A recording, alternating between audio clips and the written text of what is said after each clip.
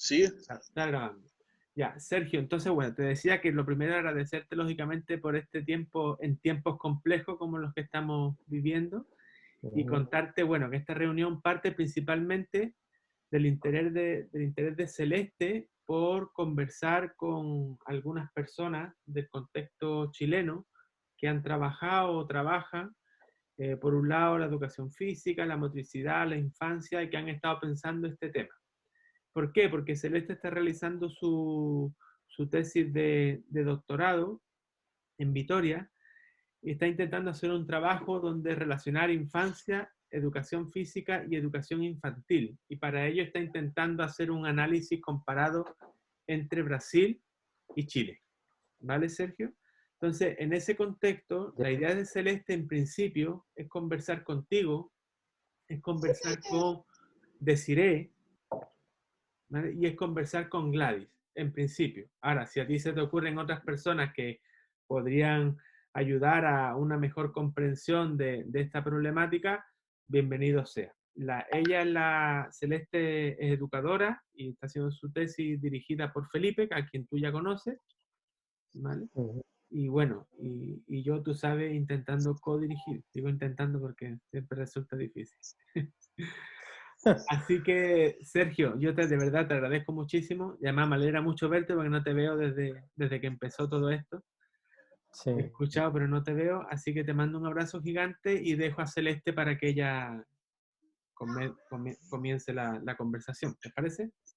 Ok, muy bien. Sergio, entonces, como Alberto ya me apresentou, também já falou sobre mis estudos, vou passar essa parte. Mas Ujú. também me gostaria de agradecê-lo mais uma vez por aceitar nossa invitação. Me gostaria também de dizer que tenho muito gosto em conhecer-te. Já Felipe e o próprio Alberto falam muito sobre tu persona, né? Sobre você. De ver- Estamos em contato também com alguns textos, enfim. Penso que essa conversação será muito importante, né? Tanto para meu estudo quanto para minha formação também, né? Ujú. Tenho muito a aprender com você. E elaborei, formulei algumas perguntas para orientar, né, essa conversa e tentei fazer que se tratam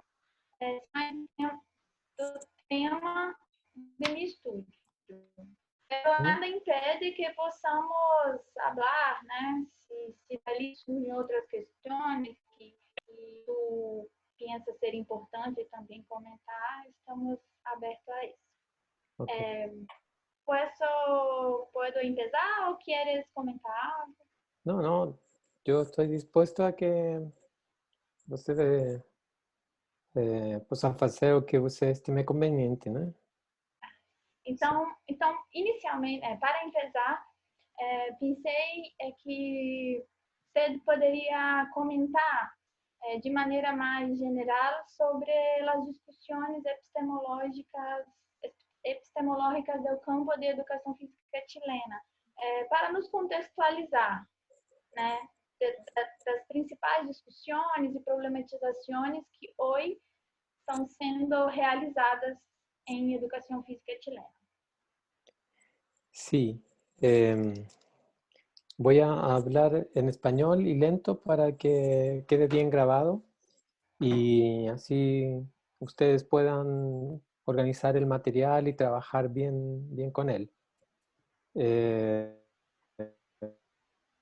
yo pienso en general que la discusión epistémica sobre educación física prácticamente es inexistente, en general en el mundo y en particular en Chile.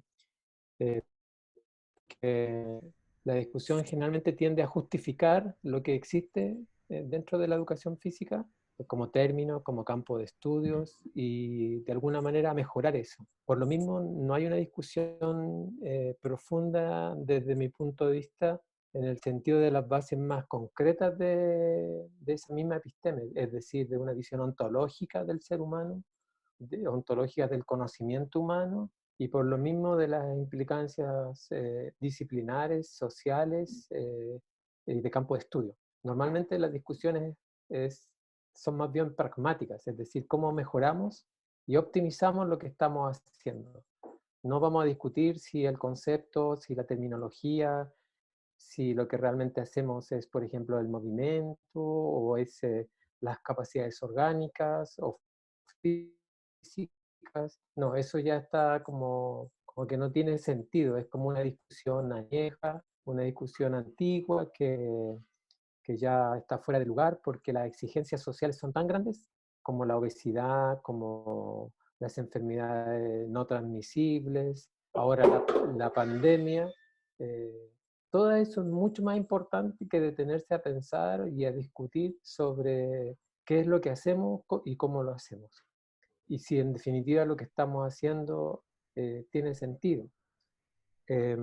Bueno, con Alberto quizás, tal vez yo no conozco, pero creo que con Alberto somos quienes más discutimos sobre estos temas y tal vez habrá 1, 2, 4, 5 profesores más en general dentro de la educación física.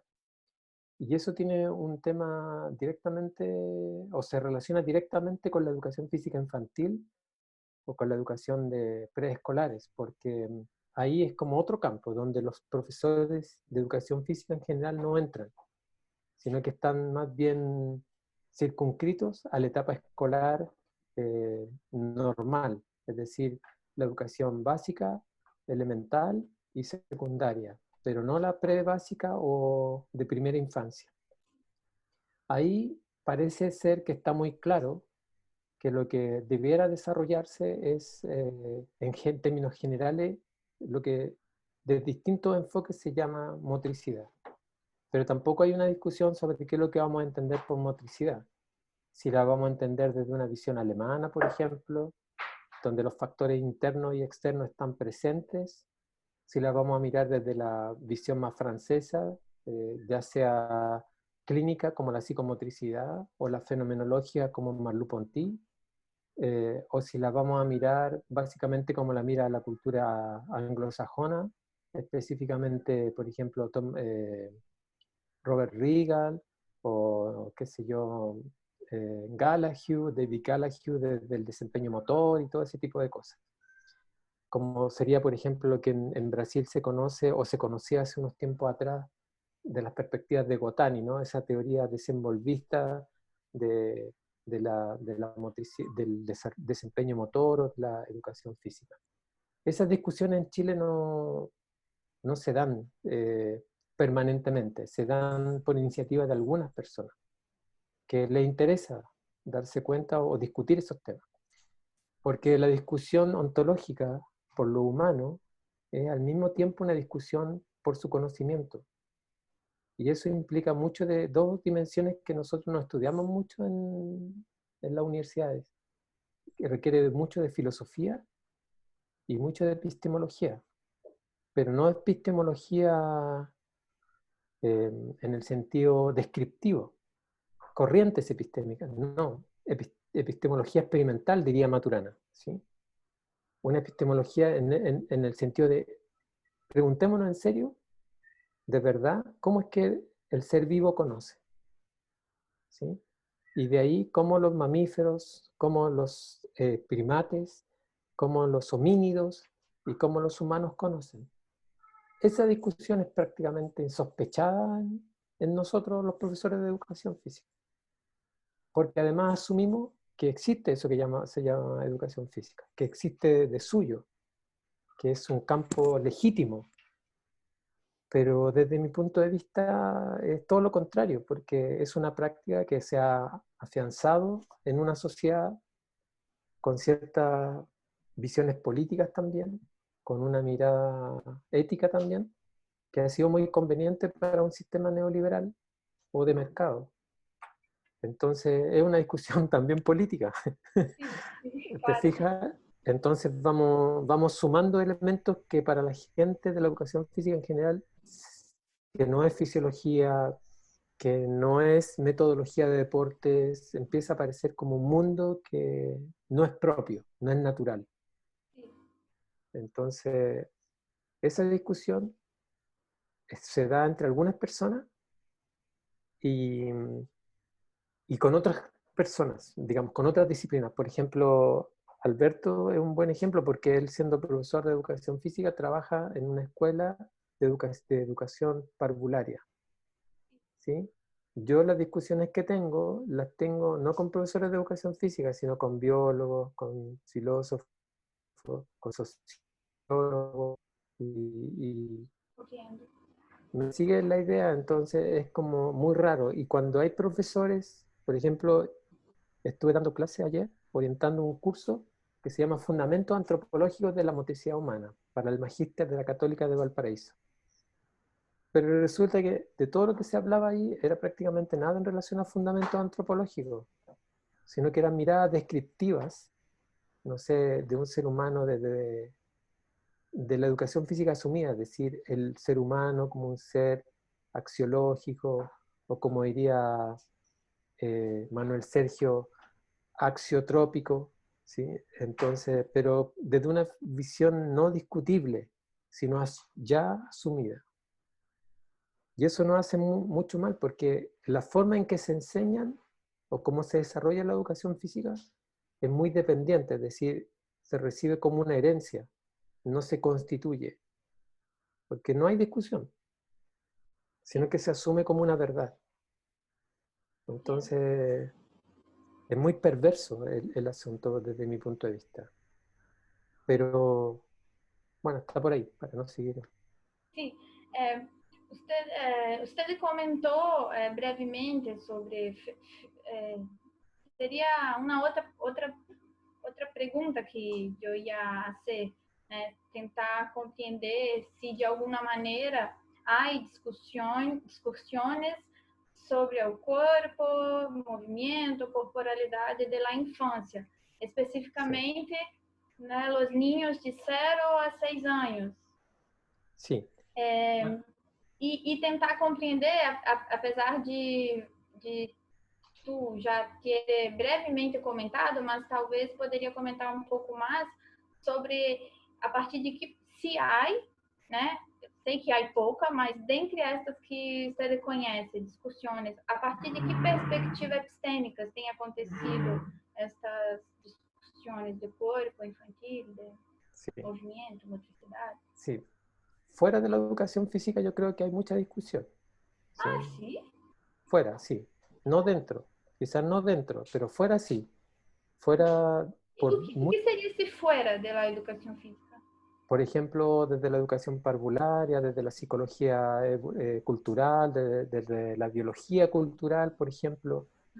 Hay libros muy bonitos de infancia o artículos que ha desarrollado, no sé, desde el mismo Humberto Maturana, qué sé yo, la gente, distintas universidades, por ejemplo, o con distintas orientaciones también, porque hay una cosa relacionada con, por así decirlo, con el tratamiento de la infancia, es decir, padres y madres desesperados, más o menos, que no entienden muy bien qué está pasando con un niño en un nuevo contexto sociocultural, en la era del Internet, ¿no es cierto? Y donde se empiezan a desarrollar, por ejemplo, tendencias como eh, este profesor Simonetti, por ejemplo, por un lado. Se desarrolla también tendencias como la Amanda Céspedes, que es una neuróloga, ¿no es cierto? Hay una psicóloga que en términos habla muy general, pero también se focaliza en la infancia. Aquí hay una autora muy reconocida de la Universidad Católica, Neva Milicic, que tiene una serie de publicaciones y libros relacionados con la infancia y sobre todo su desarrollo afectivo. Y su desarrollo afectivo siempre está vinculado a lo que la gente comúnmente llama cuerpo, que yo prefiero llamar encarnación, ¿no es cierto? Todo eso, hay una gran cantidad de discusión. Desde mi punto de vista, la neurociencia también ha aportado todo un trasfondo de distintas corrientes, ¿no? Desde las visiones más tradicionales de la neurociencia hasta las visiones, desde mi punto de vista, más de frontera, como la perspectiva enactiva. Hay un artículo muy bonito pero ella no es chilena, pero lo hizo en Chile, sí, de la profesora creo que Claudia González, una mexicana, sobre el origen del habla, por ejemplo, las implicancias sensorio-motrices del origen del habla. Entonces, uno puede reunir, ¿no es cierto?, por un lado, espacios o discusiones vinculadas con el desarrollo o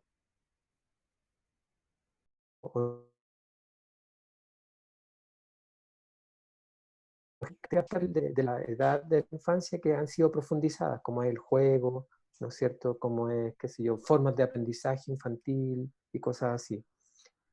Yo siento que si algo ha evolucionado muy fuertemente, o un área, precisamente en la educación, o en la discusión, en la etapa infantil, sobre todo producto de errores garrafales del sistema social chileno. Me refiero específicamente al tratamiento del Servicio Nacional de Menores, que tiene la sigla de CENAME acá. Y ese servicio, la forma en que se ha desarrollado, ha tenido un daño muy enorme para los niños que forman parte de ese servicio, que son niños que están en situación irregular, comillas, situaciones, por ejemplo, de violencia familiar, situaciones de abandono, de abuso, etcétera, que al mismo tiempo se relacionan con otros niños que son infractores de ley. Entonces los juntan a todos, los infractores de ley, con niños que han vivido situaciones de abuso o violencia. Y ese servicio ha cometido errores por sistema, ¿no? Porque el sistema chileno no ha sido capaz de dar mejores condiciones. Han habido muchas muertes, abusos, reabusos, tratamiento, prostitución, eh, etcétera. Todo eso ha generado una sensibilidad en torno a los derechos de la infancia muy grande. Y hay distintas organizaciones que han crecido en los últimos 10 años, para ser generoso, pero sobre todo en los últimos 5 años, donde cada vez se hace más evidente el tema de la infancia. Digo en términos de discusión, no necesariamente en políticas públicas acertadas, no necesariamente en políticas públicas buenas, pero de discusión se ha generado. Y ahí aparece el tema de la corporeidad como un espacio más privado y más íntimo de la constitución de un niño o una niña. Es decir, cuando un niño es tocado, ¿no es cierto?, cuando es abusado, por así decirlo, profanado, digámoslo de una forma. Eso está muy presente, de distintas líneas, de distintos enfoques. Pero esa discusión, salvo algunas iniciativas particulares de algunos profesores, ha ido llevándose hacia la educación física en particular. Pero no es un tema que sea troncal, fuerte, profundo, ¿no?, que es ineludible. Más bien sí se toca, pero como un elemento más bien periférico, marginal, ¿sí? ¿Sí? Entonces, dentro de la educación física, no así dentro de todas aquellas y aquellos que trabajan con educación infantil, ¿sí? Educadoras, ¿no es cierto?, educadores. Yo creo que ellos son los que han llevado, y también con otros intereses también, porque los políticos en general, sobre todo la política de derecha, ha puesto su hoja en la infancia para desviar otros derechos, digamos. Entonces dice, miren, gastemos en los niños el dinero en vez de gastarlo en una educación universitaria gratuita, digamos. Entonces nos confunden, digamos, en esa situación. Entonces se usa la infancia como un medio también de valor político. Pero aparte de eso, desde mi punto de vista, en los últimos tiempos ha habido sí una creciente masa crítica que ha puesto el tema de la infancia en todos sus caracteres en una posición distinta a lo que era hace 10 años atrás o cuando yo estudiaba. Cuando yo estudiaba para ser profesor, todo lo que nosotros sabíamos de la infancia era de la infancia europea. No sabíamos cosas tan simples de si, cuántos niños habían en Chile, por ejemplo. A ese nivel era. A ese nivel era el desconocimiento. Por distintas razones, encontrar un libro propio sobre la infancia chilena, por ejemplo, o latina, era cosas que venían de Cuba. o de Brasil. Yo estudié en la dictadura. En esos años la inversión sobre educación pública y producción era muy baja, por no decir nula. Entonces, por ejemplo, el libro de infancia que fue uno de los editores fue Alberto, es un buen ejemplo, pero no es el único. Entonces, donde se empieza a discutir. Pero más allá de la infancia también empiezan a aparecer otros elementos, como los cuentacuentos, por ejemplo. Empieza a expresarse una cultura sobre la infancia, que es distinto a hablar de la cultura de infancia, que creo que es el gran desafío. Nosotros tenemos una cultura sobre la infancia, es decir, adultos que actúan y discuten sobre la infancia. Eso está creciendo, pero todavía no hemos sido capaces a lo mejor, de crear una cultura de la infancia, ¿no es cierto? O cultura infantil, donde los niños son los protagonistas fundamentales, como ocurrió en la famosa escuela de Utrecht de Holanda, ¿no? Donde estaba Langeveld, donde estaba Buitendijk, qué sé yo, que los fenomenólogos holandeses que implementaron lo que se llamó la antropología de la infancia. Eso todavía estamos lejos de eso. Aquí en Brasil nosotros acompañamos muchos diálogos con la sociología de la infancia. No tenemos tanto contacto con la antropología, pero en sociología también aparecen estos conceptos de protagonismo infantil, cultura infantil, cultura de la infancia. Estas são questões que estão presentes hoje. Pero me gostaria de aproveitar, né, já que você tocou nesse assunto, para comparativamente pensar. A educação física brasileira tem, né, de 5 anos, 10 anos para cá, se apropriado dessa discussão da sociologia da infância. Anteriormente, em nosso campo, se tratava de corpo, movimento das crianças apenas pela perspectiva desenvolvimentista, né, Gutani, por exemplo, ou psicologia de desenvolvimento, comportamento motor. Pero hoje já se observa um câmbio, né, em função dessas influências do campo da educação, das discussões do campo educacional mais amplo e esse diálogo com a sociologia. Você tem observado se nestes poucos estudos que há, né, isolados no campo da educação física, né, esses poucos professores que se arriscam a discutir, eles têm dialogado mais com essas concepções antropológicas de infância? ¿O no? Sí, yo creo que lo que más se ha hecho han sido diálogos por lo menos lo que yo he hecho y visto que personas que yo conozco hacen, es tratar de dialogar con la biología del conocer, ¿sí? Tratar de, también con la psicología cultural, diría yo. Sí. La sociología de la infancia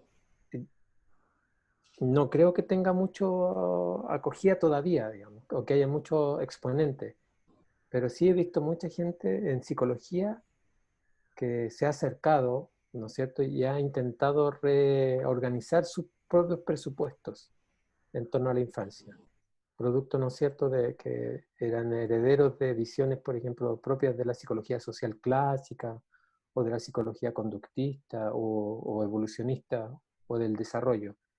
Pero he visto muchos más cercanos a una psicología cultural y sobre todo una psicología educativa, es decir, como que los psicólogos en general que están hoy día participando están como un paso atrás. Antes eran los que estaban adelante, es decir, iban enfrente. ¿Sí? Eran los primeros los que decían lo que los profesores tenían que hacer. Entonces se dio una suerte de psicologización de la educación. Hoy día eso yo no lo veo tan claro y más bien siento que las educadoras y educadores se han ido como posicionando, pero todavía con cierta inseguridad. Pero dentro de la educación física, yo creo que hay dos corrientes, diría yo, que es la que yo puedo ver dentro de la educación física. Hay una que es cómo se pregunta esa educación física, esa visión, ¿cómo hacemos que la actividad física llegue a la infancia? Es decir, en vez de hablar de infancia, corporeidad, desarrollo, conocimiento, dicen, ok, infancia tiene que ser actividad física. ¿Por qué? Porque los niños son obesos. Ah, sí. Esta es ¿Sí? una corriente. Es una corriente. Y hay otra corriente donde se mezclan varias tendencias, la psicomotricidad clásica, la psicomotricidad relacional, nosotros que somos, lo que nosotros hacemos, lo que yo trato de hacer para no echarle la culpa a nadie, yo siento que Alberto hace lo que yo hago también, pero para no subirlo al carro, diríamos en Chile, para no echarle la culpa a él, nosotros hacemos motricidad infantil. ¿Y por qué le decimos motricidad infantil? Porque la motricidad, desde la perspectiva marlupontiniana, ¿no es cierto? No hay separación, no puedo distinguir estos psicos, estos socios, esto es... No, es el niño en despliegue o la niña en despliegue. ¿Sí? Es la intencionalidad operante, ¿no? De hecho. Entonces, en ese contexto, nosotros, esta otra línea con psicomotricidad, hasta la sociomotricidad de pronto, praxeología, etcétera, intentan más bien apuntar al desarrollo en el sentido más amplio, a un desarrollo humano, ¿no es cierto? Más allá de los problemas eh, eh, de enfermedades no transmisibles o de la condición, no sé, de obesidad o de, no sé, de sedentarismo. No, nosotros como que tratamos de ver una visión mucho más existencial. Es decir, yo lo digo así, tratemos de que los niños jueguen, ¿no es cierto?, desde esta mirada para que jugando constituyan existencia, ¿sí?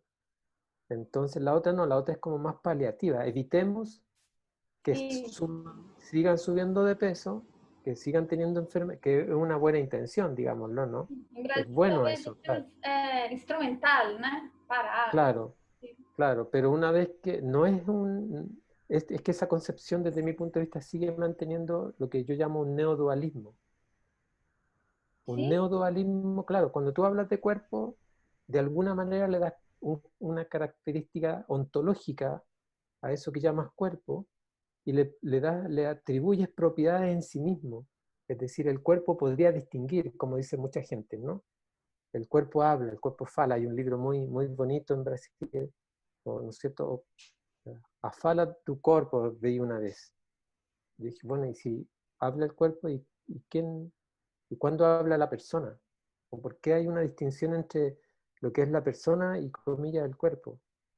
¿No será que somos seres más bien encarnados que se sitúan desde esta sensibilidad de sentirse a sí mismo sintiendo el mundo y sintiendo el mundo sintiéndose a sí mismo? Esa para mí es una superación radical del dualismo, porque los niños no viven en ese dualismo, ¿no? Las crianzas, ¿no? Entonces, estas dos visiones, yo me encuentro con ellas. Mañana, por ejemplo, yo doy un curso que se llama así, Actividad Física Infantil. Yo llegué a ese curso, ¿no? Me dijeron, tienes que orientar este curso. Y yo le dije, pero ¿cómo voy a orientar eso si yo no creo en eso? Además, no sabría hacerlo, no sabría cómo... No, es que en realidad es que esos son remanentes de una visión canadiense, dijeron algunos. Yo creo que más bien norteamericana, más bien específicamente de ciertos elementos de Estados Unidos, ¿no? De una visión instrumental, de intentar que los niños obviamente no suban de peso, con todos los beneficios que eso pueda tener. Pero la perspectiva que yo desarrollo tiene más bien que ver con una mirada existencialista, ¿sí? Y relacional. Entonces, y eso obviamente redunda o tiene un impacto en cómo yo me veo a mí mismo, cómo me siento a mí mismo. Pero eso lo va haciendo el niño o la niña en el camino de su existencia, de su devenir. Hay un acompañamiento con una cultura. Digamos. Si toda la cultura le dice, toma Coca-Cola porque serás feliz, y yo estoy todo el día en mi casa triste, por último me asemejo a alguien que está por una relación lógica de imitación incluso, de sentirse parte del vínculo, ¿no? De ser parte de una sociedad. Pero obvio que voy a querer tomar Coca-Cola, aunque a los niños en general no les gusta la Coca-Cola, pero la toman porque hay otros elementos de base. Es como el ají, el picante, la pimienta, ¿no? Cuando uno es niño, no hay niño que le guste la pimienta en general. Es un proceso. ¿Sí? Entonces, así más o menos lo veo.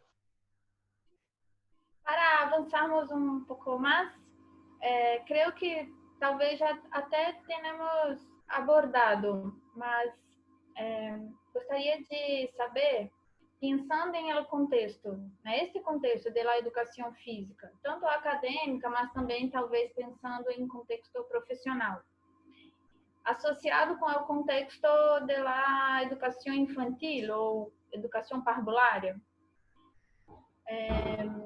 ¿Cree que es posible establecer una relación hoy entre la educación física y las discusiones sobre la educación de primera infancia en Chile? Sí, ¿no? Si es así, ¿qué relaciones serían estas, en su opinión? Sí, no, yo creo que la educación física tiene que dejar de ser educación física. Porque si quiere tener relaciones como las que tú planteas, tiene que ultrapasar, ¿no? Superar lo físico. Sí. Porque todos sabemos, tú sabes, Felipe sabe, Alberto sabe, yo sé, que no es posible distinguir la experiencia física y solo física. Entonces, seguimos insistiendo en el lenguaje y en lo que estamos haciendo. ¿Cuál es la razón? Y por eso siento que a veces somos tan poco serios científicamente hablando, porque nos encanta que nos digan doctores, nos encanta que reconozcan nuestros trabajos publicados en otras revistas, pero en realidad lo que estamos diciendo para hablar de existencia, para hablar de experiencia, tiene poco de coherencia. Entonces, yo creo que si la educación física realmente quisiera crecer, debería dar un paso adelante. Y ahí yo veo la gente, no sé si, no podría decir que cobardía, pero yo creo que son, no sé cómo se dicen en, en, en portugués, pero es como un timorato, así como, como fanfarrón, así en el sentido de fanfarronear con la educación física, pero saber que eso como lenguaje, como concepto, no sirve para dialogar. Tenemos que buscar otra nomenclatura, y otra nomenclatura implica otras acciones, otras formas de entendernos, y ahí está el conocimiento que deberíamos desarrollar. Por ejemplo, acá hay una carrera, en Brasil también está, que se llama terapia ocupacional. La terapia ocupacional le cuesta mucho menos que la educación física relacionarse con la educación parvularia. Porque no está atrapada en lo físico, está atrapada, comillas, está entendida en la ocupación, como nosotros deberíamos estar vinculándonos en la acción, ni en el movimiento, ni en lo físico, ni en la potencia. Sí, esos son elementos que ayudan a distinguir, pero no son lo que hacemos en realidad. Porque lo que hacemos nosotros tiene que ver con constituir modos de existencia, ni siquiera ocupaciones, modos de existencia. Es decir, el deporte es un modo de existencia, no sé, la danza es un modo de existencia, el circo también es un modo de existencia. Caminar por la calle también es un modo, no es desplazarse a secas, no es locomocionarse, es relacionarme con mi entorno, en la ciudad, ¿no es cierto? Con no sé, qué sé yo, con los signos y reglas del tránsito, distinguir un motorista de un peatón, de un ciclista, es decir, es un modo de existencia que nosotros estamos los que educan están promoviendo un proyecto social, es decir, un proyecto político, es decir, una vez más, un modo de existencia, desde cierto énfasis. Pero nosotros estamos obsesionados siempre con más o menos, volvemos a lo mismo, cuando tú le preguntas a un profesor o profesora de educación física, ¿qué harías tú con un niño o una niña? Siempre dicen, bueno, yo evaluaría su capacidad aeróbica, su flexibilidad, evaluaría, no sé, pero ¿cómo lo haría? Jugando. ¿Y qué tiene que ver el juego con eso otro? Y ahí se pierde la discusión, no se tiene claro. ¿Sí? Y eso no es porque ese profesor sea malo o la profesora sea mala, sino porque la disciplina se entiende desde allí. Mira, yo no sé cuántos de ustedes en Brasil tienen teoría y praxis del juego. No lo sé, pero sé que en Chile, por ejemplo, en Chile no deben ser más de 5 universidades. Pero sí entendemos el deporte, pero no entendemos el juego como fenómeno constitutivo epistémico. Es decir, no se puede conocer, cuando somos crianzas, no se puede conocer fuera del juego. ¿Sí? O sea, disculpe, a lo mejor suena muy radical, pero hasta el momento yo no conozco a nadie que hable de la infancia y diga, mire, es posible conocer sin tocar el juego.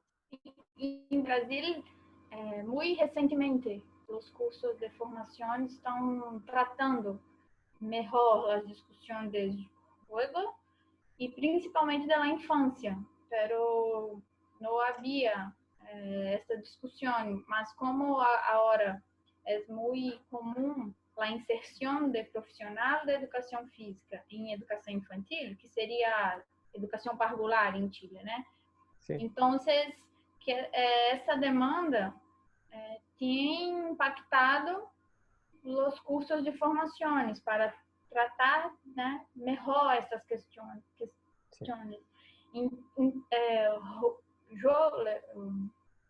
Jogo, brincadeira. O jogo, sim, brincadeira, durante muito tempo foi tratado apenas pelo aspecto metodológico e não como um conteúdo em si, né? Pero agora já temos essa discussão, já temos uma maior problematização, mas ainda estamos lejos dessa discussão que se propõe. Sí. Yo estuve 8 meses morando ahí en San Carlos. ¿Sí? Y participé del curso de educación física de la Federal de San Carlos y también fui como 3 o 4 veces a Bauru, a la UNESPI Bauru. Y tenían esta discusión que estamos conversando ahora. Si el juego era legítimo, que fuera parte del programa de formación de educación física o no. Entonces, si tú te fijas, si no está el juego, es muy difícil que nosotros nos acerquemos a la educación infantil. Y si no está la danza, ¿no es cierto? Porque conversaba con un compañero de España hace un momento y él me decía, ¿por qué tú no sacas la danza de un modelo? Si quieres les puedo mostrar una cosa que yo se la envía a Alberto, que todavía no me hace ningún comentario, pero les puedo mostrar una diapositiva, un programita, una figura. ¿Quieres? Sí, claro. Ya, espérenme un segundo porque ya, voy a ver. ¿Puedes compartir pantalla tú o solo yo? Sí. No, ¿La espérate. tienes tú a mano? Si yo debería poder igual compartir pantalla. Sí, yo la tengo. Déjame abrir el WhatsApp desde el computador. Espérame. Que la encontré tan buena, Sergio, por eso no te he hecho ningún comentario. Bueno, Espérame, si la Sergio. encuentras tú... Sí, no, si la tengo acá, lo que pasa es que estoy... Yo igual la voy a abrir por si acaso, ¿ya? No, ábrela, porque no me está bajando el WhatsApp en el computador. Ya, entonces dame un segundo. No sé por qué no me está bajando. Ya, archivos recientes. Ya, ¿La aquí se tienes me ahí? abrió, sí, no te preocupes. Comparte Yo voy pantalla. Ya. A ver, ¿dónde se fue?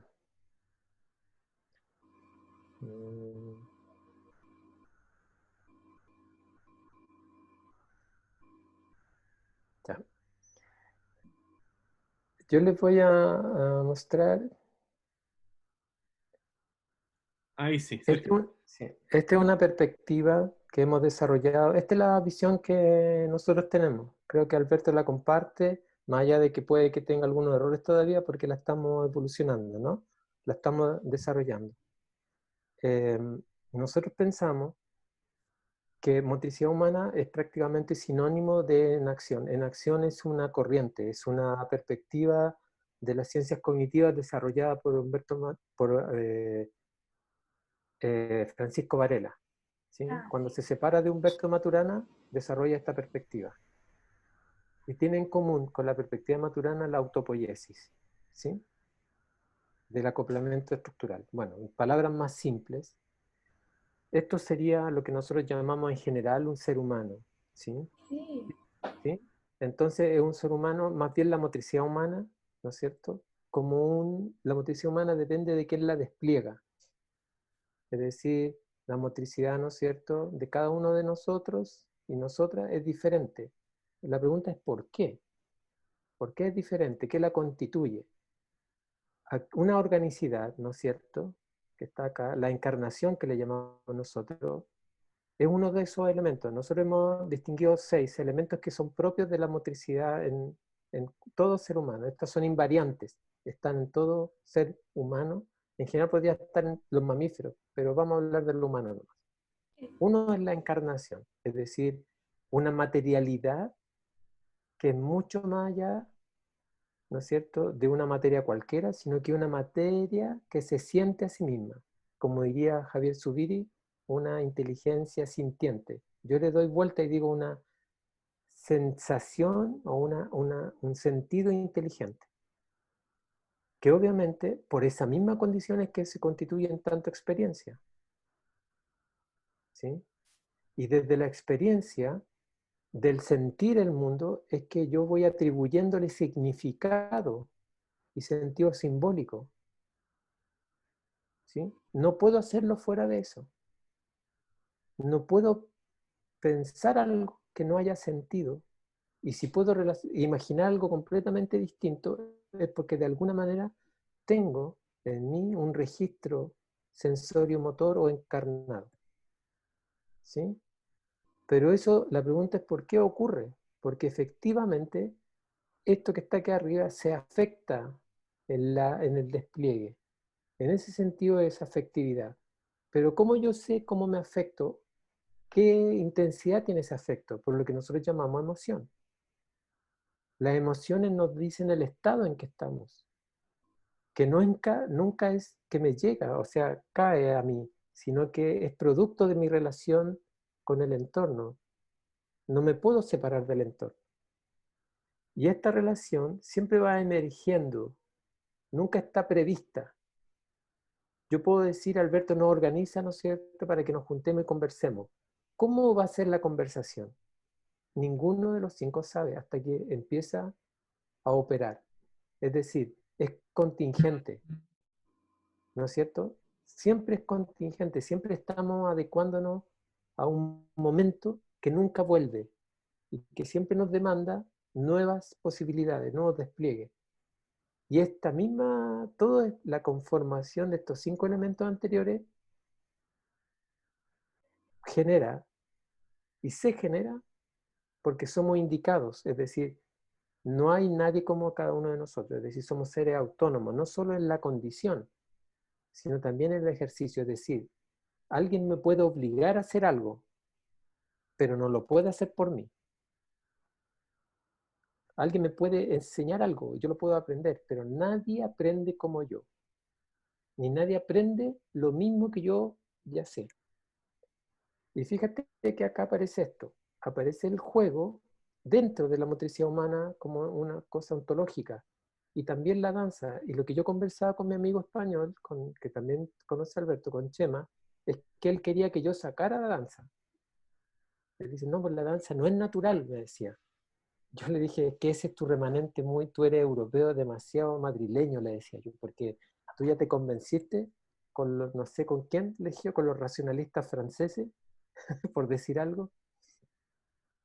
Pero imagínate, nosotros en San Carlos, con algunas personas trabajábamos, por ejemplo, lo que llamamos en un momento etnomotricidad. En las culturas amazónicas, ¿no es cierto? Los Calapalo, por ejemplo, en Brasil, los Terena, que son de San Pablo también, que están ahí en Bauru, los Terena, qué sé yo, aquí en la Amazonía colombiana, los Coreguajes, los Siona, ellos no tienen palabras para hablar de juego y danza. Para ellos son iguales, son sinónimos. La pregunta es, igual que para un niño, para los pueblos africanos igual, la cultura bantú africana, no hay una palabra específica para hablar de danza y otra para hablar de juego. Entonces, nosotros decimos, claro, si yo no conozco el jugar como esta condición de estar en la acción, en un placer que me demanda, comillas, esfuerzo, pero que yo no lo percibo como esfuerzo cuando estoy jugando. Eso también ocurre en la danza. No en un tipo de danza, por ejemplo, no es ni samba, ni cumbia, ni salsa, no, la danza es los más pequeños, que le ponen un ritmo y empiezan a hacer, ¿no es cierto?, a marcar el ritmo o a seguirlo. Eso es natural, nadie lo enseña. Entonces, ¿cómo distingue un niño de un juego en contra de una danza? Solo por la relación e intervención de un adulto. ¿Sí? Para un niño es muy difícil distinguir entre uno y el otro. Entonces yo le decía, si los profesores y profesoras de nuestra área quieren trabajar en el jardín infantil, lo primero que deberían saber es cómo jugar y cómo danzar en tanto niño y niña. Porque es en esos elementos que uno empieza a generar otras manifestaciones de la motricidad, ¿no? Cuando dicen manifestaciones de la motricidad, como diría Manuel Sergio, nos referimos al deporte, a las danzas establecidas, la samba, qué sé yo, el forró, entre otras, por ejemplo, el fútbol, el caminar, el vestirnos, también es una manifestación de eso. Pero eso no ocurre, eso nos permite este otro tipo de elementos, las relaciones. Hay muchos, ¿no es cierto? Y muchas como yo, que están en su propia dinámica de despliegue. Y en la coordinación, en la relación estable, es que empezamos a generar culturas, ¿no es cierto? Que en esas culturas podemos tener como una conversación cerrada, es decir, entre los 5 que estamos acá, si viene alguien externo, si viene, no sé, una hermana, un amigo, y nos escucha, lo más probable es que no entienda muchas cosas de nosotros. No entienda cuando nos refiramos a motricidad, a emergencia, encarnación. Es decir, una cultura es una conversación cerrada, ¿no es cierto? Que para entrar tengo que hacer parte de ese código, de esa coordinación. ¿Sí? Pero si ustedes se fijan, aquí hay está blanco, ¿no? El fondo. Porque lo que soporta estas relaciones es un flujo emocional, que no una consonancia o resonancia de emocional, que si cambia, cambia todo. Si nos ponemos, ¿sí? Si cambia el flujo emocional, cambia todo, aunque aparentemente yo lo pueda diagramar igual. Por ejemplo, esto sería como una conversación sobre bailes y cosas así, por ejemplo. Conversación en el sentido más literal de la palabra. Conversar etimológicamente quiere decir danzar juntos, girar juntos. ¿Sí? Y aquí habría otra, por ejemplo, esta es más estructurada. ¿Sí? Entonces, esto, por ejemplo, para Chema era como muy... A él le gustaba, pero él decía que la danza no, la danza no, la danza no. ¿Por qué? Porque, claro, a lo mejor en una cultura europea, más bien, como él estaba habituado, la danza ya es una cosa cultural. no tiene que ver como para nosotros los latinos, o para los pueblos originarios, que está ahí como una cosa que fluye a cada instante, digamos. ¿No es cierto? Bueno, esas cosas, lo que nosotros hemos, estas discusiones, estas formas de entender, es lo que para que se pueda concretizar en una propuesta que se relacione con la infancia, implica otras formas de entendernos como profesores y nuestra disciplina. Y la educación física insiste en no revolucionarse a sí misma, no con un afán, ¿cómo se diría? Solo por placer, así, solo porque, no, ya cambiemos porque hay que cambiar, no. Cambiemos para ser coherentes, cambiemos para dar cuenta de lo que realmente queremos hacer y hacemos. Yo conocí en Brasil, María Celeste, conocí en Brasil quizá el mejor profesor que yo he visto en mi vida, que yo lo estimo mucho. Y ese profesor había sido 20 años vendedor en Casas Bahía. Es como, para que Alberto entienda, es como que haya sido 20 años vendedor en Falabella, por ejemplo. ¿Sí? Entonces, él conocía a la gente solo con verla venir. Entonces, él nunca tuvo problemas con esta cosa que le enseñan a los profesores en Chile, por lo menos, que se llama con grupo, manejo de grupo. Él no tenía ese problema porque él estuvo 20 años tratando de conocer a las personas, de saber lo que querían, de ayudarles a descubrir lo que querían y lo que podían también. Porque yo podría querer una heladera, ¿no es cierto?, enorme, que cuesta 20.000 reales, por decir una tontera, pero tengo 1.000 reales. Sí, sí. Entonces, él sabía distinguir lo que se puede y lo que se quiere. Y cómo nos vamos dando cuenta de eso. Entonces yo lo estuve analizando, mirando, y él decía, yo quiero que los niños sean felices. Y solo ser feliz cuando se es presente. Imagínate el concepto de felicidad en educación física. No suena, ¿cómo felicidad? Nosotros eso le llamamos bienestar o calidad de vida. Tu ejemplo me fez recordar que quando eu ingressei em minha carreira de professora de educação física em educação infantil, em minha formação não tive nenhuma matéria, nenhuma disciplina, estudo específico da infância. Nós aprendíamos apenas as etapas de desenvolvimento infantil. De E Piaget, me seguramente. recordo que meus primeiros dias eu chegava e descia com os ninhos para o pátio, né, o lugar de aula, da classe. E cada criança, cada ninho corria para um lado. Eu me quedava sola. As crianças se espalhavam, então eu passava maior tempo da classe catando, né, catando assim, procurando os ninhos.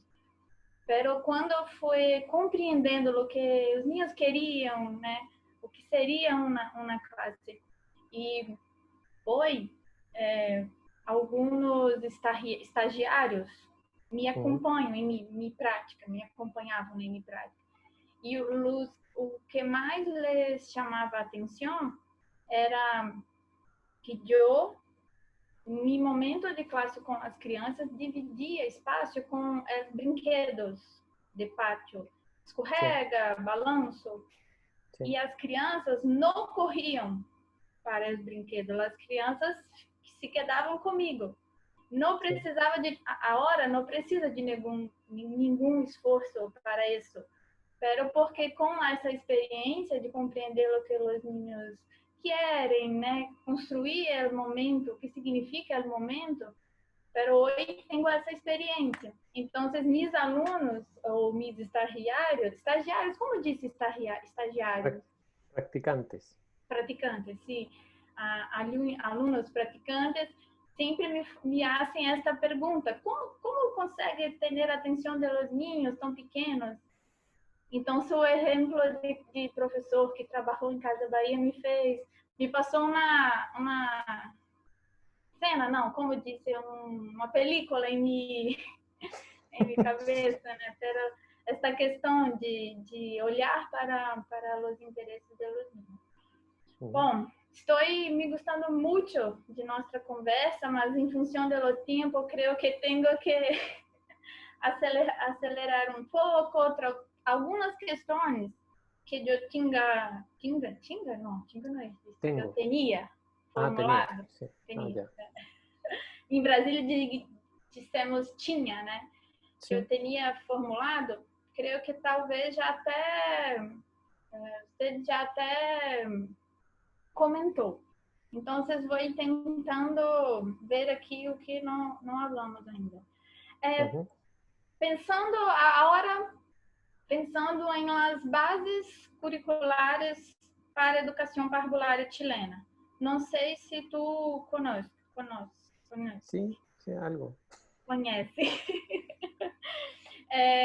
Nos chamou a atenção o fato de o núcleo corporalidade e movimento adquirir centralidade e se considera que pertence ao âmbito do desarrollo personal e social. E isto perpassa, tem uma relevância muito grande em planeamentos, em planificação do trabalho educativo com os niños. Dado esto, principalmente quando pensamos em nossa realidade, gostaria conhecer sua opinião sobre quais seriam as possibilidades. Espero que talvez o que você já apresentou responda isso, mas, enfim, de la educação física contribuir com esse debate. Ou, se esta questão de corporalidade e movimento, que é tratada em documento, ela tem fundamentação ou ela dialoga aí em Chile com que área? Não sei se estou equivocada, mas com nossa conversa tenho entendido que não é com educação física, certo? No es con la educación física. Sim, No. então estou compreendendo corretamente. Pero de onde veio, né, esta questão de colocar esta dimensão corporalidade e movimento como central? E hoje, talvez o que você apresentou sobre a motricidade seria uma possibilidade? Sí. Mira, históricamente ese núcleo viene de ya a fines de los años 90, cuando comienza la reforma de los gobiernos democráticos en educación, se empieza a discutir el tema de cuáles serían las nuevas áreas de la educación infantil, ¿sí? En ese tiempo se prefirió hacer, porque habían distintas corrientes, y lo que de alguna manera se trató de mantener eran más bien escuelas relacionadas, por ejemplo, con la escuela de María Montessori, ¿no es cierto?, con una mirada mucho más integral, que era algo que compartían todas las educadoras de párvulos y educadores de párvulos del país. Es decir, si tú aquí conversas con una educadora y tú le hablas de María Montessori, deberías saber quién fue, ¿sí? Entonces, a partir de eso, se empezó a buscar una forma o una nueva perspectiva. Y en los años 2000, en adelante, se empezó a invitar una serie de personajes mundiales dentro de del área de educación infantil. Entonces, aquí en Chile estuvo Bernard Aucouturier, André Lapierre, vino Jean Lebulch, estuvo también Parlevas, ¿no es cierto? Vinieron neuropsiquiatras, psicólogos importantes. Creo que el único que faltó para mi gusto que viniera fue Jan Balsiner, ¿sí? Que es un psicólogo cultural que tiene un trabajo maravilloso con la infancia. Y, y dentro de ese contexto se empezó a relevar, paralelamente comienza el desarrollo de las neurociencias, ¿no? Entonces, se empieza a ver que la neurociencia en general no tiene esta discusión filosófica, tiene una discusión más bien operativa. Yo participo un poco de conversaciones con el laboratorio de Humberto Maturana de la Universidad de Chile, y ellos no es que lo desconozcan, pero ellos no se sienten capaces, por ejemplo, de discutir el tema del cuerpo como concepto. Ellos hablan del cuerpo porque es la palabra que es más cercana, ¿no? Pero ellos entienden que es un tema. Entonces, entonces, toda la gente empezó a decir, claro, el desarrollo de un niño, de una niña en esa etapa, había una suerte de coincidencia así total, de que dependía fundamentalmente de sus capacidades de desplazamiento y de las formas de desplazamiento, sumado a que comenzó a crecer la obesidad. ¿Sí? Y la obesidad no solamente en términos de sus relaciones, por así decirlo, de peso y las enfermedades cardiovasculares, sino también relacionadas con la autoestima y la relación social. ¿Sí? Entonces, cuando se formulan las primeras bases, las primeras propuestas, se trató de coincidir con todo eso. En un primer momento, por lo menos cuando yo participaba, se hablaba mucho del núcleo, ¿no es cierto?, de autonomía, y dentro de autonomía estaba motricidad, por ejemplo, y ahí aparecía el cuerpo, el movimiento y todos estos elementos. Palabras que la gente las reconoce, ¿sí? Las entiende. Claro, moverse es moverse. Ahora, ¿de dónde viene el sentido? Ese es otro tema, pero parece ser como cosas completamente diferentes, ¿no? Entonces, yo comparto desde una visión más amplia y dialogante que fue un avance. Pero en términos de las bases curriculares sí, pero en términos de la formación de las educadoras y educadores no. Ni tampoco de los profesores de educación física, que independientemente de los nombres, no bajaban, no dialogaban ni siquiera con la escuela. O sea, a la mayoría de los profesores de educación física, cosa que también pasa en Brasil, se les formaba no para la escuela, sino para otros espacios. Menos se le iba a formar para la educación infantil, menos, porque la educación infantil era como de menor grado o menor importancia o menor valor en relación a la educación escolar. Entonces, yo siento que fue un avance en un momento, fue un aporte, pero que hoy día está siendo insuficiente. Para las personas que avanzan en eso, se está cada vez haciendo más un problema, porque la gente empieza a mirar el movimiento ya. El niño gasta energía, listo. A ver, ¿cuánto rato, cuánto tiempo está desplazándose de un lado a otro? La norma internacional dice que tiene que estar por lo menos 15 minutos corriendo para allá, para acá. Ya, lo logré. Listo. Está bien, pronto. Pero cuando en el fondo es otra cosa lo que tenemos que ver. Ese es el problema del movimiento y lo físico. Que tú crees que por gastar energía cumples con eso, ¿no? Y si nosotros sabemos que los niños constituyen, los seres vivos, perdón, no los niños, los seres vivos constituyen sentido desde su operacionalización, es decir, de su despliegue de acción. Es la acción la que produce excedentes de significado. Pero eso no se recoge como lenguaje, se recoge como otra cosa. No se recoge como, comillas, cuerpo o movimiento. Y tiene sentido porque el cuerpo y el movimiento no significan. Por eso es tan importante superar esto, ultrapasar, hablando en portugués, ¿no? Ultrapasar lo físico. ¿Sí? Pero yo creo que es una oportunidad que genera condiciones de diálogo y de discusión más interesantes que si no estuviera. Si yo retirara el cuerpo, el movimiento de las bases curriculares, si retirara motricidad, sería peor. Creo que estén ahí genera la atención. Ayer en el curso, antes de ayer en el curso de la maestría de la Católica, habían dos personas que trabajan con educación infantil. Y ellas decían que efectivamente lo que a ellos les falta es entender cómo la gente, cómo nosotros generamos sentidos de vida. Cuando el sentido de vida, ellos decían también, nos damos cuenta que ocurre en el desplazamiento. Yo nunca me olvido del primer beso. Y el primer beso, si tú lo miras, con un novio, una novia, una enamorada, ¿no? O un enamorado.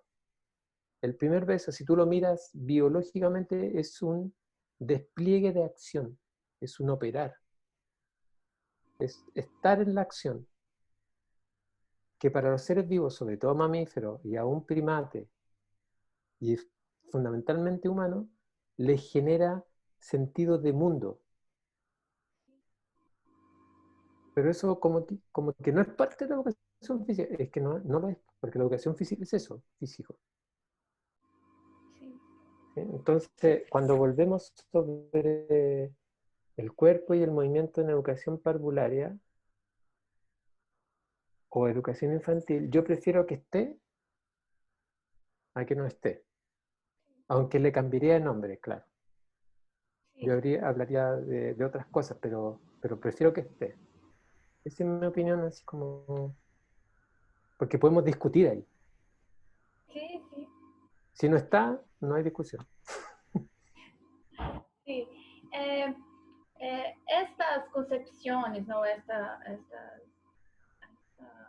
Podría comentar un poco sobre lo que estamos hablando, dialogam con la concepción de infante presente Ah, en estos documentos.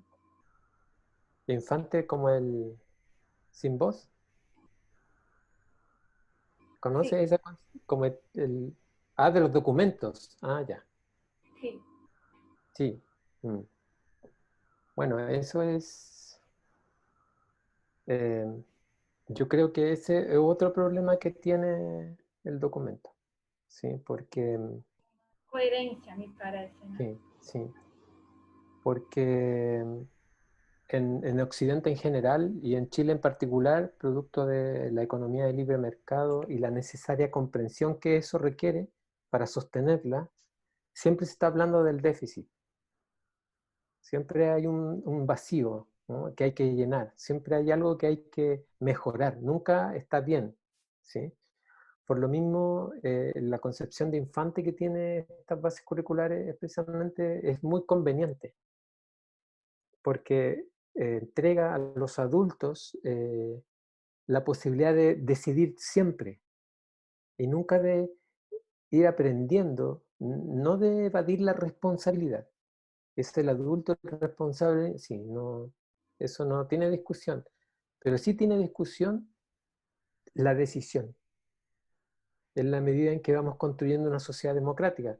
Yo no le puedo pedir a alguien que yo decido por él o por ella siempre que de pronto sea capaz de decidir por sí misma. Entonces, si tuviéramos una concepción mucho más, yo diría, más evolucionada, en el sentido más progresista, de que el infante o la infante es una persona que se ubica desde otro código, ¿sí? Con otras inquietudes y que son absolutamente legítimas en tanto ser vivo, ¿sí? Y que puede tensionar mi responsabilidad, no evadirla, ¿sí? Yo me puedo, por mis hijos y mis hijas, mi responsabilidad puede quedar tensionada, porque a lo mejor mi hijo o mi hija no le gusta la forma en que yo estoy haciendo lo que hago, con toda mi buena intención, pero mi forma de hacer lo amaga, lo oprime o lo reprime, o de alguna manera le genera dependencia, ¿sí? Entonces, cuando ocurre la posibilidad de ir salvaguardando que las decisiones sobre la infancia, sobre los elementos que le comprenden, que le competen al niño y a la niña, van creciendo, por ejemplo, decisiones tan simples como ir al baño, ¿no es cierto? Como consecuencias que eso puede tener en su propia salud, que las vaya percibiendo, no asumiéndolas, ¿sí? Creo que eso nos da otra forma de entendernos y desvalorizando. Esto yo lo he visto en otras partes, no solamente en los países desarrollados, lo he visto por la cultura mapuche, por ejemplo. Tiene un ejemplo, es un caso muy, muy bonito, como también lo vi en la Amazonía. El pueblo Nasa, que es un pueblo colombiano, ellos también dicen esto: nosotros, hay cosas que decidimos por los niños que tienen que ver con la alimentación, es decir, los nutrientes. Pero lo que va a comerse y cómo va a comerse lo decide el niño y la niña.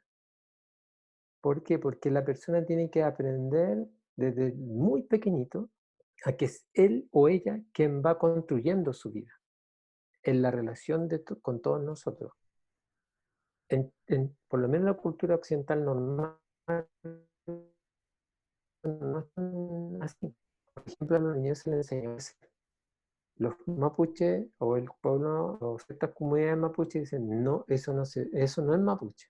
Al niño no se le enseña a obedecer, porque si se le enseña a obedecer, tú generas personas sometidas. Sí, comprendo. ¿Sí? Entonces es una lógica diferente. Ahora, ¿cómo le enseñan a no obedecer? No a que no tenga diálogo. Sí, tiene que tener diálogo, tiene que tener posición, pero le enseñan a reconocer sus sentires, digamos. Entonces eso es otra forma que puede ser más o menos legítima de acuerdo al contexto. Pero lo más importante es si lo que yo decido que va a ser un infante, porque la propuesta que desarrollo, primero, sea una propuesta coherente, ¿sí? Y segundo, precisamente propicie la educación. Y cuando nosotros hablamos de educación en Chile, generalmente la confundimos con la instrucción. Sí. ¿Se entiende? Instrucción, es decir, un niño educado es un niño que tiene instrucción, que tiene conocimiento. No es un niño que comparte un proyecto político. No es un niño o una niña que es adherente por sí mismo, por su voluntad, por su diálogo y convencimiento a una forma de vivir. No, es una persona que responde a un estándar. Entonces nosotros ahí, como cultura, como país, nos confundimos mucho. Pero no es que nos confundamos porque somos tontos, sino nos confundimos porque primero nosotros no participamos del proyecto político, y segundo, se nos exige asumir un proyecto político que nos niega en general. Por ejemplo, niega la corporidad, niega la emoción, etcétera. Que por un lado nos dicen: sé consciente de ti mismo, comparte tus emociones, pero por otro lado, cuando estoy en la escuela, en el sistema escolar, eso se niega porque no es parte de lo que conversamos cotidianamente. Ni lo del profesor, ni lo del alumno. Eso también pasa en educación infantil. En general pasa, porque normalmente a las educadoras les piden cumplir con estándares. Entonces, siempre quedamos como atrapados en una incoherencia permanente. Desde las definiciones conceptuales hasta la forma en que las aplicamos. Más allá de las voluntades y las intencionalidades que puedan tener las personas que forman parte de una comunidad escolar, o de un jardín, o de no sé, de un grupo. Muchas gracias, pero tengo ainda una pregunta. ¿Vale? Para encerrar um pouco dessa conversa, essa questão é mais, enfim, pensando para avançar depois, né, esse diálogo. Mas eu gostaria de saber qual a sua opinião, qual a tua opinião, né, sobre as possibilidades de pensar a inserção de um professor de educação física em educação parvulária, de ter este profissional especificamente para trabalhar com as questões com os temas do corpo, o movimento, enfim, o que pensa sobre isso? Mientras sea profesor de educación física, para mí no es buena idea. Sí, Em no Brasil es buena isso idea. tema muy tenso, hay muy debate. Por Si es, eso, si es para hacer lo que hace en el sistema escolar, creo que no es buena idea. Sí, porque cuando yo le preguntaba a este profesor por qué él hacía o cómo él hacía lo que hacía, él me decía, si yo hiciera lo que me pidió el colegio, perdón, la universidad, haría lo que hace mi colega. Y yo fui a ver al colega, ¿sí? Y un momento estaban los dos juntos. Estaba la cosa perfecta solicitado y para la cual había sido formado, y estaba este otro profesor. Estaban juntos en el mismo lugar. Compartían, ¿cómo le llaman ustedes? El campo deportivo, quadra, la espaço, cuadra, sí, quadra. sí, la cuadra, la compartían. Si yo hiciera eso, me decía, eso yo no lo entiendo, me decía. Yo hago otra cosa, pero es lo que yo he visto que a las personas les funciona, ¿sí? Entonces, yo he visto una y otra vez que la educación física no entra muy bien como en los sentidos tradicionales porque mantiene esa estructura mecánica fragmentada, reducida, ¿no es cierto?, de lo que es un ser humano. Si hay profesores que independiente del nombre son capaces de ir más allá y de entrar en de existencia, en los modos de relación, los modos de despliegue, expresión e impresión de lo que somos, creo que ahí sí. Pero yo lo distinguiría, le pondría un nombre distinto, ¿sí? Porque es necesario, porque eso te da identidad. Hay otro cuadro que estamos haciendo, ¿no? Que más adelante se los vamos a mostrar a lo mejor. Pero ¿qué es lo que a ti te hace brasilera?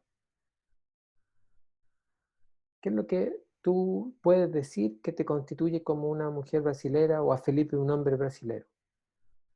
O a Rafael, por ejemplo, un hombre brasilero, o a Alberto, más bien un villa alemanino, porque ya no es ni español ni chileno, uno no sabe lo que es, ¿sí? Entonces, ¿qué es lo que te constituye? No es solo tu nombre, sino lo que haces. Por eso tiene mucho sentido cómo se denominan en los pueblos originarios, porque a nadie le ponen un nombre antes de nacer, como lo hacemos nosotros los occidentales, ¿no? Que uno va y lo bautizan y los padres cogen el nombre.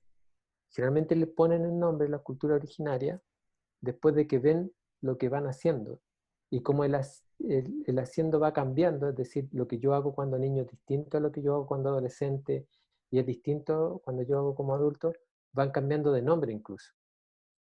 Entonces, si tú me dices, alguien que llegue a la educación infantil propiciando espacios o ambientes de aprendizaje intencionados para el desarrollo más amplio e integral, ¿no es cierto?, de la autonomía, de la encarnación, del sentido del propioceptivo, para la conciencia plena, perdón, para la presencia plena y conciencia abierta, sí, yo estoy de acuerdo con ese. Y que lo hace a través del juego, lo hace a través de la danza, del construir brinquedo, ¿no? Construir, hacer brinquedo, haciendo distintos tipos de cosas. Sí, yo estoy de acuerdo. Pero no estoy de acuerdo con alguien que vaya ahí a mecanizar, a absolutizar, a dominar, a controlar, etc. ¿Sí? Nadie va a decir eso. Yo voy a entrar para controlar. Nadie lo va a decir. ¿Cómo lo podemos saber? Con las distinciones que manejan. Es decir, con las palabras que usa. Porque como decía Winnicott tiene en un prefacio de un libro, dice, no me puedo recordar qué libro era, pero decía así: el profesor de educación física se ocupa del cuerpo del niño. El sacerdote se ocupa del espíritu del niño. El profesor de lenguaje se preocupa del habla del niño. El psicólogo se preocupa de la mente del niño. Y así nombraba muchos profesionales. Y al final terminaba y preguntaba, ¿Y quién se pregunta? ¿Y quién se ocupa del niño? ¿Me entienden la analogía? Entonces, Genial, genial. ¿sí? Entonces, si hay alguien que se preocupe de la presencia del niño en despliegue, es decir, de la motricidad, ¿cómo le llamo yo? O de la inacción, perdón. Súper, súper, sí, yo estoy de acuerdo. Estoy de acuerdo.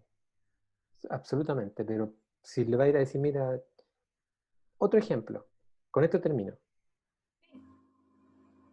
El pensar está en la neurona.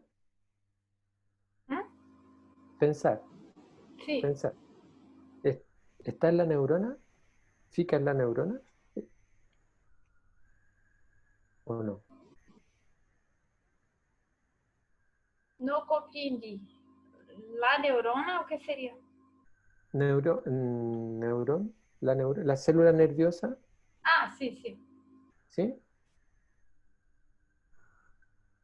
Eh, un profesor amigo dice, pensar o creer que la neurona, ¿no es cierto? En la neurona está el pensamiento, es como creer que el caminar está en el músculo. Ah,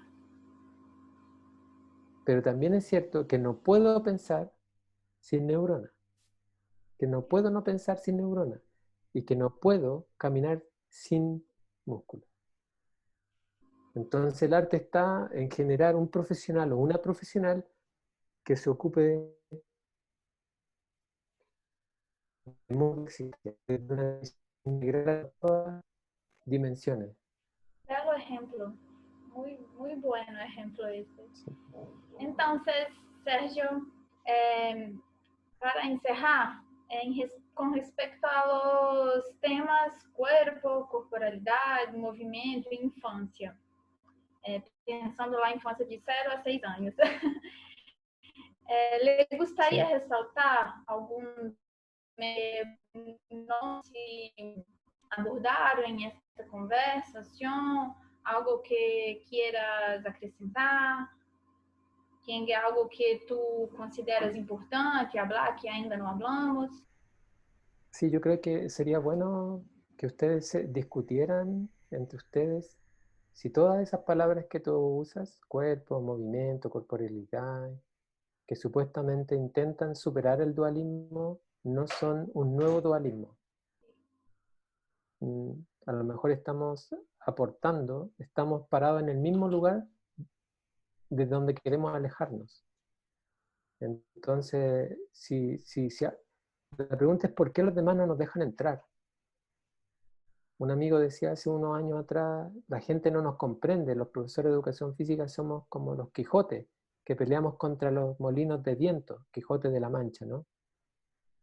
Y yo le dije, yo pensaba, voy a España y veo una clase más o menos igual si estoy en Brasil, si estoy en Colombia, si estoy en Chile, si estoy en Uruguay, si estoy en Paraguay. ¿No será que a lo mejor lo que nosotros queremos que sea la educación física no se puede hacer desde allí? Porque en todas partes están los mismos problemas. Entonces, tú dices, ¿cómo que todos se ponen de acuerdo para hacernos la vida imposible? Sí, que es raro, ¿no? Eso. Entonces, ¿no será que nosotros le estamos pidiendo algo a una disciplina que no puede darla? ¿No será que es tiempo que nos preguntemos que tenemos que hacer algo? Si hace 2 o 3 siglos atrás no existía esto que llamamos educación física, ¿no? Entonces, la gimnasia tiene más sentido, es más coherente, ¿sí? Entonces, más ahora, por ejemplo, en el contexto de pandemia, se hace más evidente aún. É zero. O sea, hoy día, por ejemplo, volvimos al juego. O sea, tú ves un montón de elementos que se están haciendo y cuando yo veo sistemas de entrenamiento digitalizados, perdón, monitoreados a través del Zoom u otros. Y todo el rato las personas están haciendo, tienes que disfrutarlo, siéntelo, vívelo. ¿Mm? Y cuando muestran a los niños haciendo comida, etcétera, en el fondo es como estamos en el tiempo de la intimidad y extrañando lo externo, ¿no? Lo expansivo, ¿sí? Donde dejamos de ser íntimos. Entonces quizá a lo mejor es más bien la pregunta hacia ustedes, ¿no será que le estás pidiendo algo a la educación física que no te lo puede dar? Porque la educación física no nació en su origen más propio, no nació para educar, nació para controlar. John Locke, cuando planteó el tema de la educación física como término, él fue muy claro en el libro Pensamientos sobre Educación. La educación física es para adiestrar y controlar el cuerpo en función de las virtudes más propias, que son la inteligencia, el lenguaje, las artes, etc. La moral. Porque hay que adiestrar, dominar, controlar el cuerpo, que fue el mismo señor que fue uno de los que sustentó y fomentó el esclavismo, ¿no es cierto? El machismo y también la misoginia. Entonces, ¿no será que nosotros le estamos pidiendo algo a una disciplina, a una estructura, a un campo de conocimiento que no es neutro? No puede serlo. La educación física nace y apuesta por separar de suyo. Nace ahí y siempre va a estar el movimiento, nunca va hacia la persona. No dice acción, no dice, no dice modo de existencia. ¿Por qué no dice eso? Aunque lo quiere. Yo no conozco ninguna escuela de educación física de la América Latina que diga, nosotros queremos el adiestramiento, queremos... No, no dicen nada, al contrario, estamos por la educación multidimensional y todo eso. Bueno, si lo quieren, ¿por qué tienen un lenguaje que niega eso? Ah, y lo más interesante, cuando tú tenés, María Celeste, lo más probable, igual que tú, Rafael, que cuando un profesor termina la clase de educación física, lo primero que le pregunta a los chicos y a las niñas y a las chicas es, ¿qué es lo que les pregunta? ¿Les gustó? ¿Fueron felices?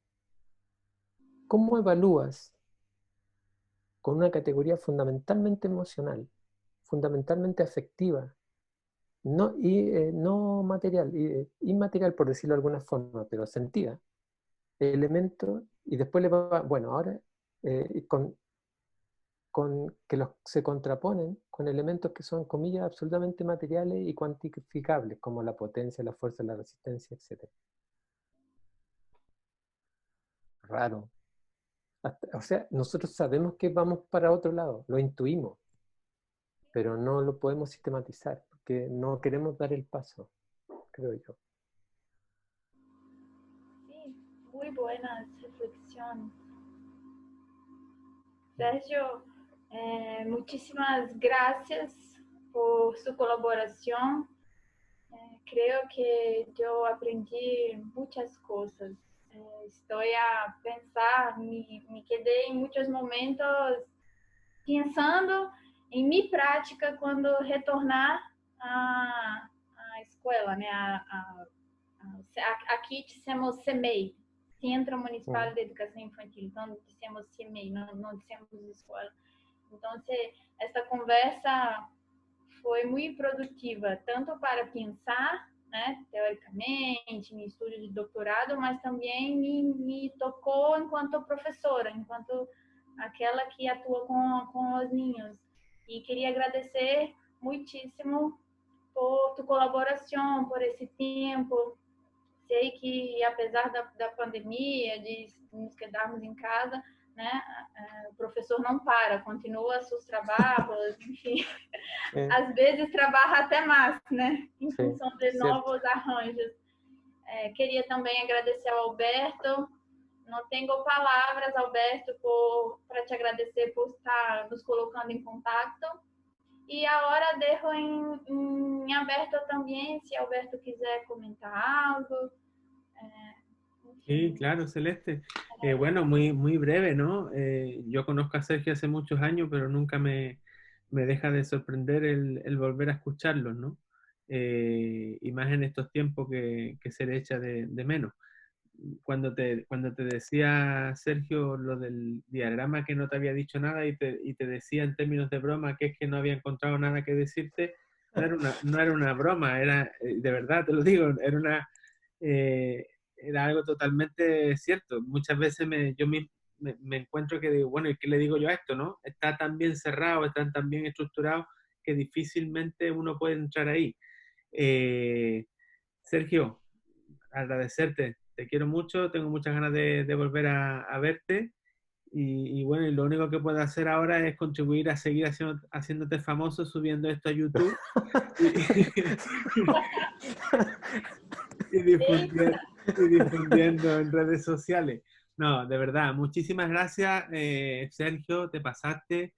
Ojalá, no sé si decir ojalá esto termine pronto, pero ojalá nos volvamos a ver pronto. Creo que además es para mí un regalo el conectar a otra gente, ¿no? Ahora Celeste, Rafael, Felipe desgraciadamente no pudo estar, pero eso, conectar a más gente y seguir estando juntos y pensando juntos. Así que te mando un abrazo y un beso inmenso y nos vemos pronto. Sí, nosotros, sabes que para terminar también, yo inventé una palabra, o sea, yo a Alberto lo llamo de una forma, ¿sí? Porque creo que ese es lo más hermoso que tienen los seres humanos, que pueden crear. Entonces Alberto no es ni mi amigo ni mi hermano, ni mi compañero. Él es, él es mi hermanero. Genial. Así es. Sí, entonces, de eso se trata.